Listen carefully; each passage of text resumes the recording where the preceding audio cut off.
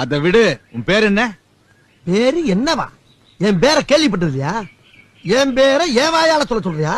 அதுவும் நீ கேட்டவன சொல்றதுக்கு நான் என்ன உனக்கு அடிமையாடா?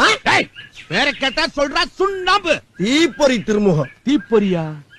தீப்பொறினா எப்படி? அப்படியே கொழுந்து விட்டு எரிவியா?